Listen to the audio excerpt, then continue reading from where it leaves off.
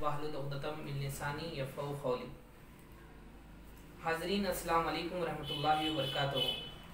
12 रबीउल अव्वल के मौके से इस चैनल के थ्रू आपने अल्लाह के रसूल की ज़िंदगी के मुख्तलिफ़ पहलुओं का जायज़ा लिया और देखा कि अल्लाह के रसूल की मुख्तलिफ़ जो शोबों में जो ज़िंदगी है वो किस तरीक़े की थी।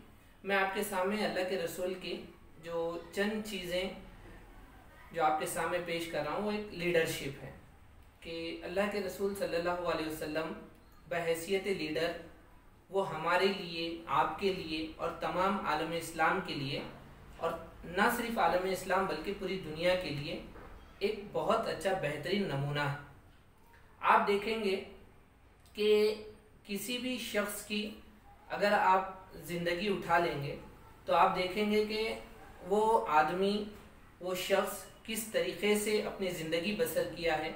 तो आप देखेंगे कि किसी न किसी के पास वो आदमी की जो ज़िंदगी रहेगी उसके अंदर कुछ ना कुछ कमी बेशी आपको ज़रूर नज़र आएगी। लेकिन अल्हम्दुलिल्लाह सुम्मा अल्हम्दुलिल्लाह अल्लाह के रसूल सल्लल्लाहु अलैहि वसल्लम की आप पूरी ज़िंदगी का जब जायज़ा लेंगे तो आपको पता चलेगा कि अल्लाह के रसूल एक बहैसियत वालिद, बहैसियत लीडर, बहैसियत सियासतदान, बहैसियत ताजिर, आपकी तमाम शोबे ज़िंदगी में आप एक नुमाया किरदार अदा किए। तो मैं आपके सामने जो अल्लाह के रसूल की चंद लीडरशिप वाली क्वालिटीज़ है, जो क़ायदाना क्वालिटीज़ है, वो आपके सामने पेश करूँगा। उसके साथ साथ हमको उससे क्या चीज़ें सीखने को मिलती है वो भी इंशाल्लाह हम इसमें समझने की कोशिश करेंगे। तो आप देखेंगे कि अल्लाह के रसूल की ज़िंदगी, जब अल्लाह के रसूल सल्लल्लाहु अलैहि वसल्लम जब 6 साल की उम्र के थे तो आप अपने दादा के साथ कारोबार जो उनका चलता था उसके अंदर आपने वहाँ पर आपने शुरुआत की। फिर उसके बाद जब आप 10 साल की उम्र में पहुँचे तो आपने चरवाहे का काम अंजाम दिया, चरवाहे का बिजनेस किया, यानी कि आप चरवाहे थे।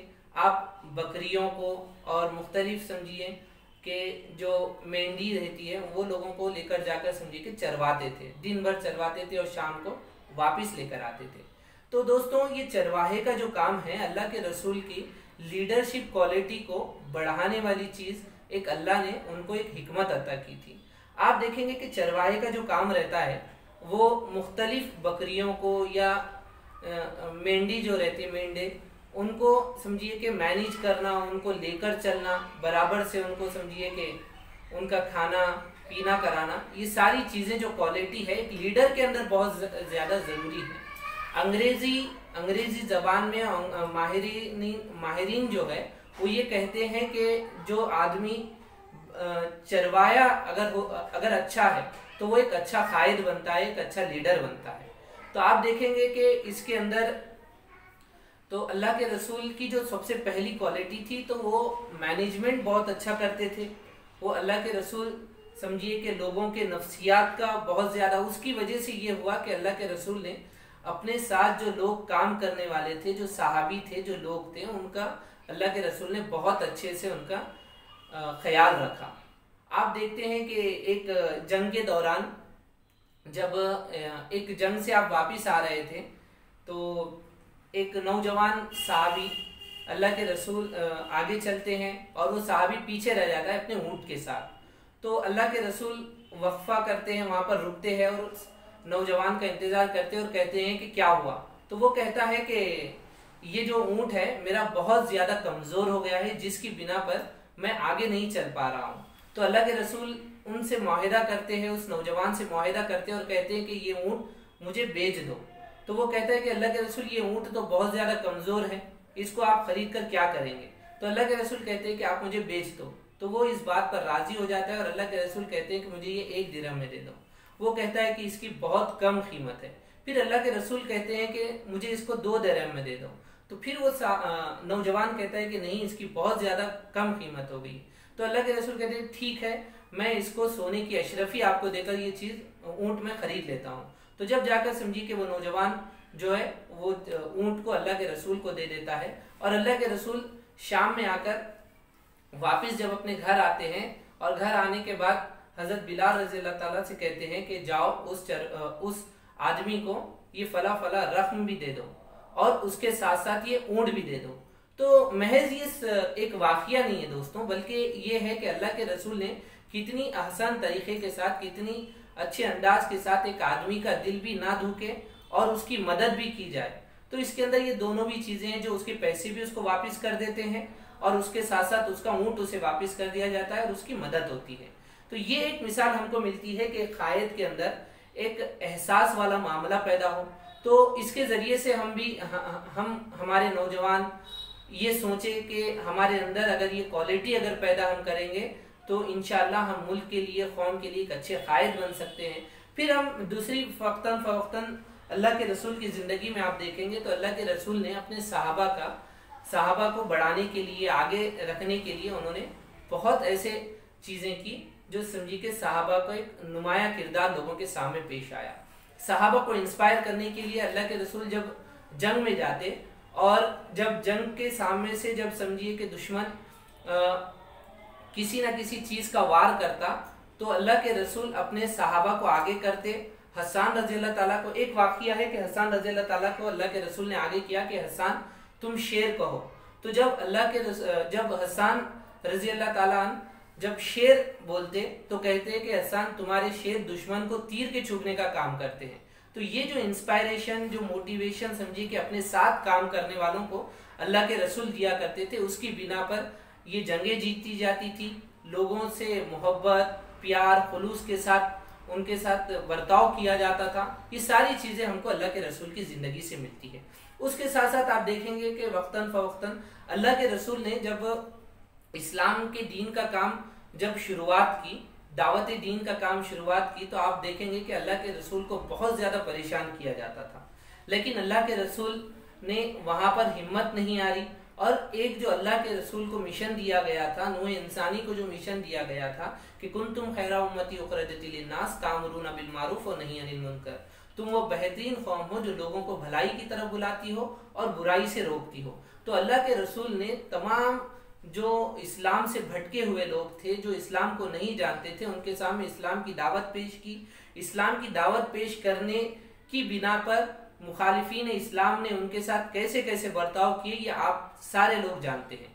लेकिन फिर भी अल्लाह के रसूल ने अपने पीठ पीछे नहीं की और इस्लाम को यानी कि उसको समझिए कि वो चीज़ को छोड़ा नहीं, बल्कि अल्लाह ने जो गोल, जो मकसद देकर भेजा है उसके ऊपर जम जाना, उसके ऊपर डट जाना और शहादत नसीब करना, ये हर मुसलमान के लिए ज़रूरी है।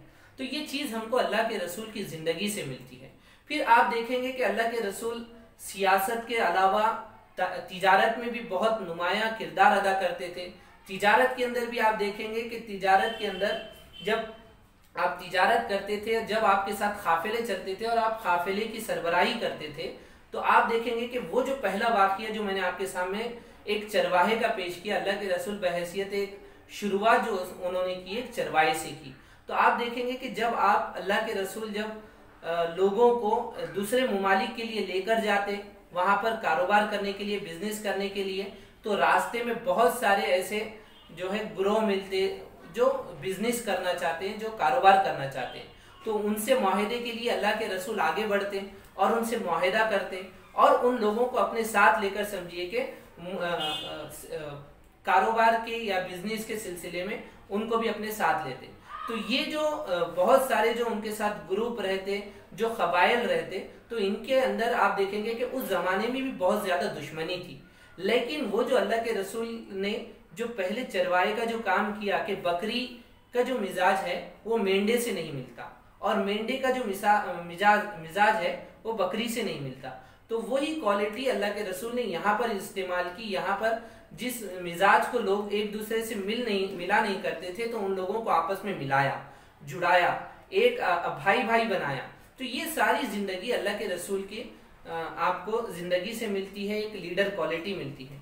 लीडर क्वालिटी का जो दूसरा काम है लीडर का, कि वो ये है कि वो बहुत अच्छा कायद होने के साथ साथ अपने साथ वालों को आगे करता है, वो क्रेडिट कभी हासिल नहीं करता। तो आप देखेंगे कि अल्लाह के रसूल सल्लल्लाहु अलैहि वसल्लम जब जंगों से वापस आते, तो वो जंग से जब वापस आते तो आप आगे कभी नहीं रहते, बल्कि कोई मुहिम अगर कंप्लीट कर कर आते तो वो पीछे रहते और अपने सहाबा को आगे रखते। सहाबा को आगे रखने का ये मतलब है कि लोगों के अंदर जज्बा पैदा करना कि ये जो जंग जीती गई है, ये जो मुहिम हमने कंप्लीट की है, तो ये सिर्फ मेरी बिना पर नहीं हुई, बल्कि इसके अंदर आप लोगों का भी बहुत ज्यादा कंट्रीब्यूशन है। तो आज हमारे को ये चीज सीखने की बहुत ज्यादा जरूरत है। हमको तंजीमों जमातों को ये बहुत ज्यादा सीखने की जरूरत है कि जो लोग हमारे सबॉर्डिनेट काम करने वाले हैं, हमारे साथ जो लोग काम करने वाले हैं, तो उनको हम आगे रखें, उनके क्वालिटी को, उनके जो सलाहियतें हैं उनको बढ़ाने की हम कोशिश करें।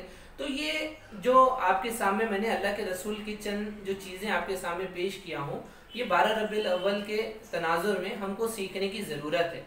हर साल 12 रबीउल अव्वल आता है और हम उसको मनाते हैं और भूल जाते हैं, लेकिन असल में अल्लाह के रसूल की ज़िंदगी को जब हम हमारे अंदर पैदा करेंगे, जब लोगों के सामने हम पेश करेंगे, तो ये हमारे लिए भी और दूसरे लोगों के लिए भी एक राह निजात का जरिया बन सकती है।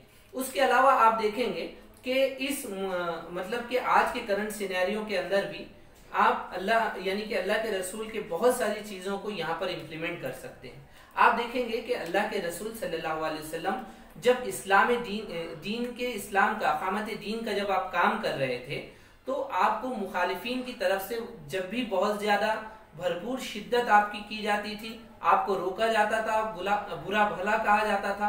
और आज भी आप देख रहे हैं कि मुख्तलिफ ममालिक के ज़रिए से, जो जैसे अमेरिका हो, जैसे फ्रांस हो, उनकी तरफ से जो अल्लाह के रसूल की स्केच बना देना या फिर उनके बारे में गलत अल्फाज इस्तेमाल कर देना, तो ये आज की चीज़ नहीं है दोस्तों, ये बहुत पुरानी चीज़ है जो उनके नस नस में भरी हुई है। लेकिन उसको हम किस तरीके से हिकमत के साथ, अल्लाह के रसूल ने हमको किस तरीके से हिदायतें दी है, उसके साथ जब हम इसको पूरा करेंगे तो हम एक बेहतरीन मोमिन बनेंगे, हम इस्लाम को मानने वाले बनेंगे और इस्लाम के ऊपर चलने वाले बनेंगे। तो ये बहुत सारी चीज़ें दोस्तों हम कह सकते हैं, लेकिन वक्त की तंगी की बिना पर आपके सामने मैंने अल्लाह के रसूल के चंद कुछ पहलू आपके सामने पेश किया, ताकि हम इस 12 रबीउल अव्वल के मौके से उस चीज़ों को याद करें, उनको अपने अंदर पैदा करने की कोशिश करें, हमारे साथ साथ हम दूसरों के भी अंदर ये चीज़ को पैदा करने की कोशिश करें।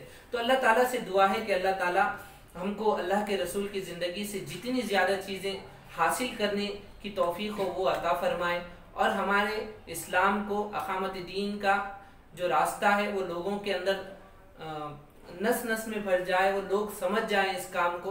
वो आखिर दावाना वल्हम्दुलिल्लाहि रब्बिल आलमीन, जज़ाकल्लाहु खैर।